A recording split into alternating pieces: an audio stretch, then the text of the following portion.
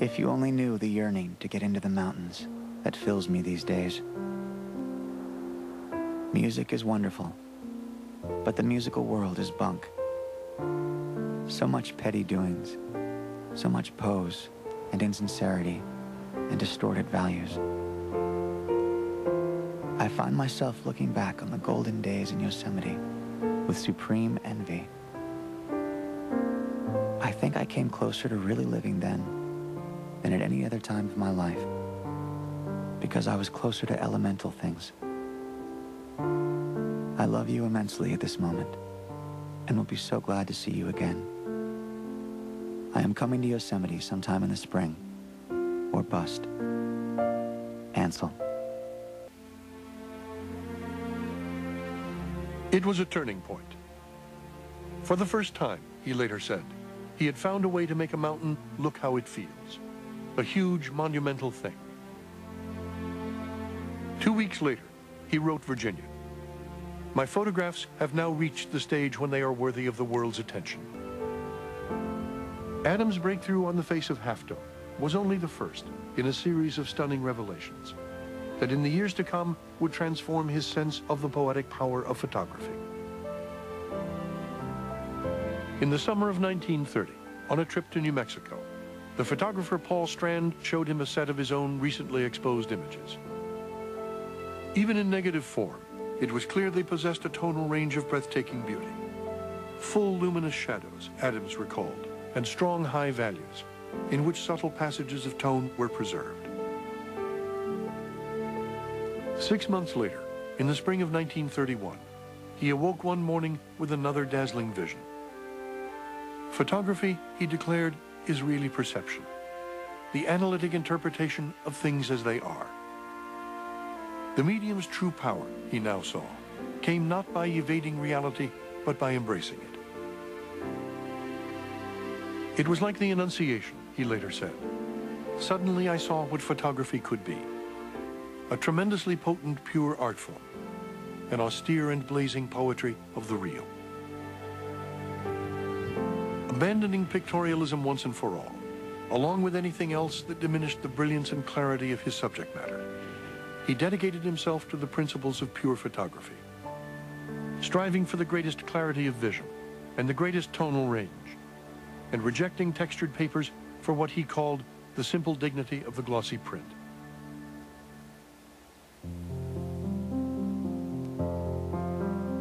He set himself problems of extreme depth of focus and of extreme rendition of textures, and almost fell into the ground glass with excitement. An old board fence behind a patch of thistles could in sunlight become a brilliant clash of dissonant textures. A rose on driftwood, indoors on a dark day, could glow softly. The moods of light could be voiced, textures used like different instruments. Now clouds could float, waterfalls flash, snow hold its hidden light, grasses bend in infinite delicacy under dew. Nancy Newhall.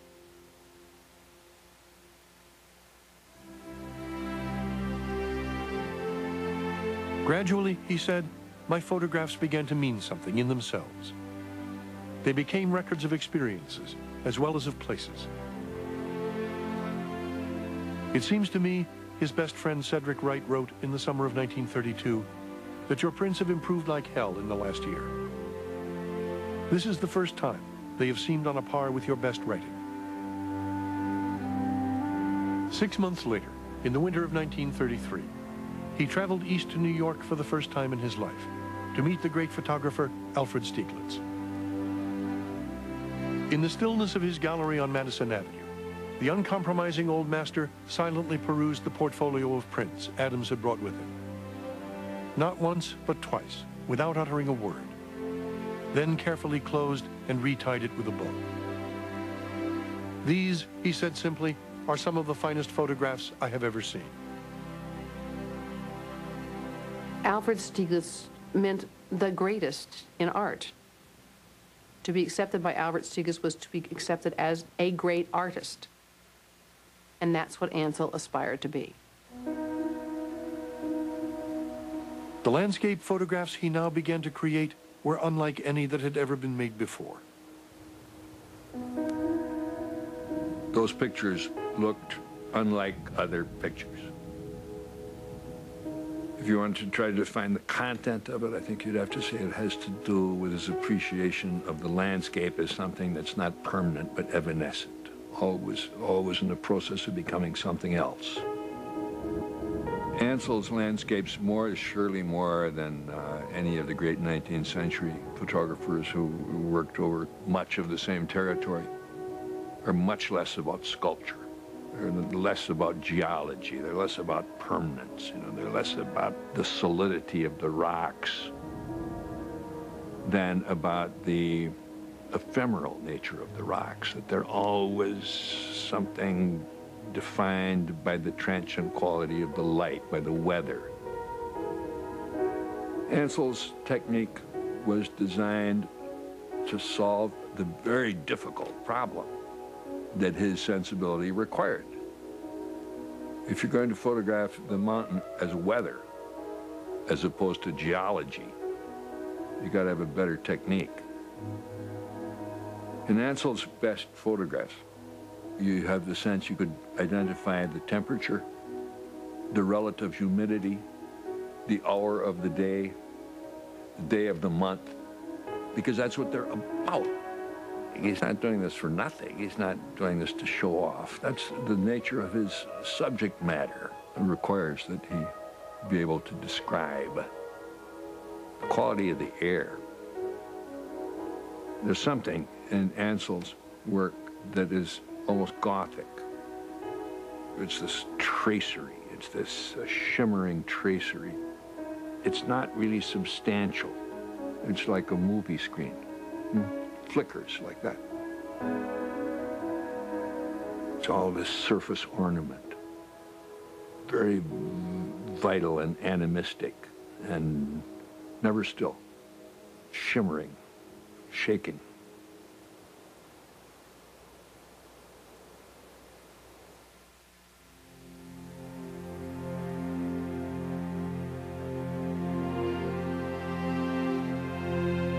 I never met anyone who worked as hard as he did, never took a day off, never took a vacation, ever.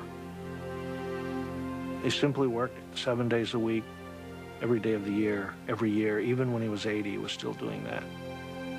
The only time he would take a day off is if he was recovering from a hangover, and that was not infrequent. But his own career was really precarious economically. One of the reasons he worked so hard was to make a living.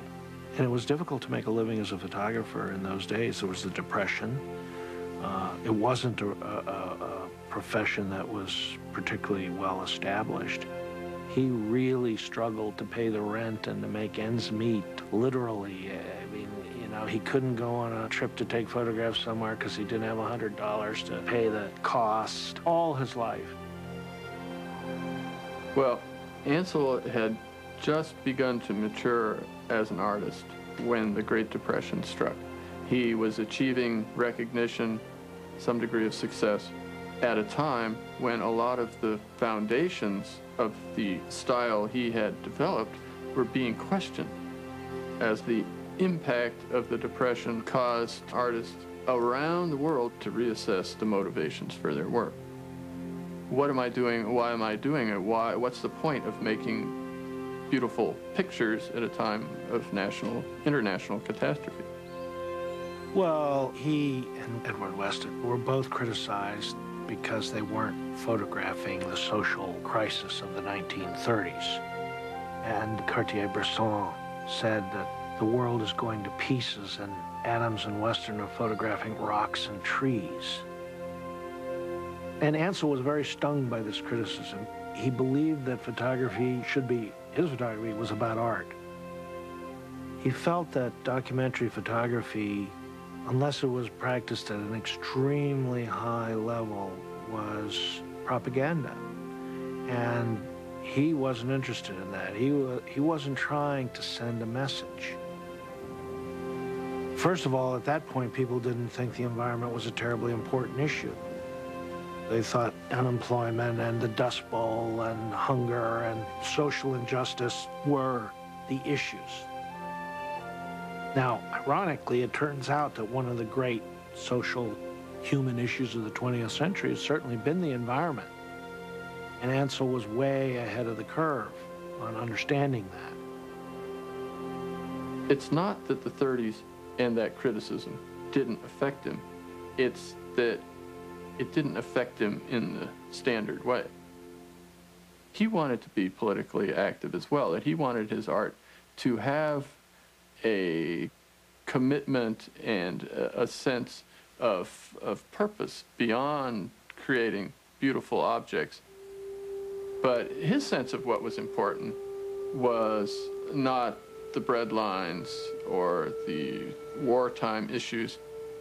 He wanted people to understand the deeper time of creation, the great forces of nature and of creation that go on despite the permutations of today. And he thought that this was the fundamental message that people needed to understand, that the world exists within this larger world. There is a deeper thing to express. The return of humanity to some sort of balanced awareness of the natural things. Some rocks and sky. We need a little earth to stand on and feel run through our fingers. Perhaps photography can do this. I am going to try anyhow. Ansel Adams. That was really the motivation that made him turn towards this activism that came out right in the 30s. When he started to lobby in Washington, he became a member of the board of directors of the Sierra Club in 1936 in the depths of the Depression. And he sensed that here's a chance for me to be an activist with my art, to say something with my photography. I think in Ansel's case, you can't disconnect them. They are linked. The feeling for the land, and therefore environmentalism, is an integral part of the photographs. And he never set out to take a picture for an environmental purpose, but he could go out and take a picture and show you how he felt about this incredible landscape. And then it could be used in many different ways. But he said it had to come from his soul and his heart and his spirit, and it couldn't be imposed from the outside. But I truly believe that he was an environmentalist down to his toenails. Just every little bit of him was all about the beauty of nature and the need to keep it inviolate for generations to come.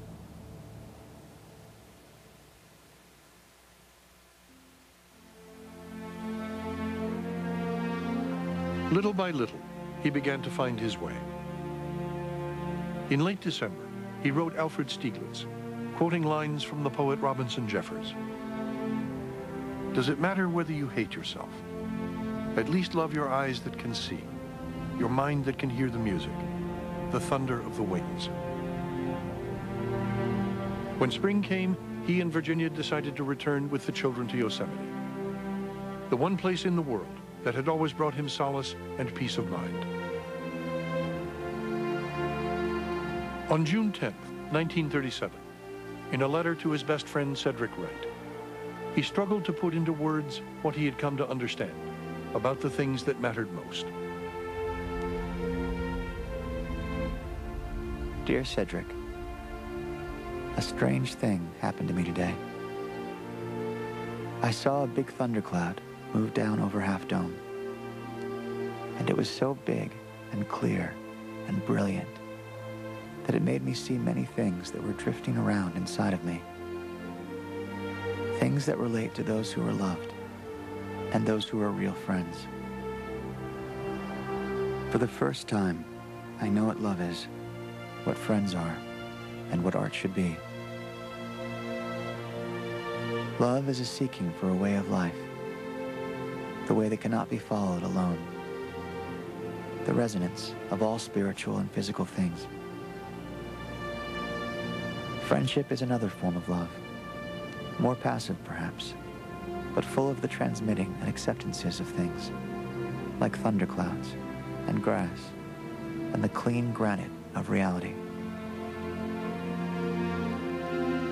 Art is both love and friendship and understanding, the desire to give. It is not charity, which is the giving of things. It is more than kindness, which is the giving of self. It is both the taking and giving of beauty, the turning out to the light of the inner folds of the awareness of the spirit. It is a recreation on another plane of the realities of the world, the tragic and wonderful realities of earth and men, and of all the interrelations of these. Ansel.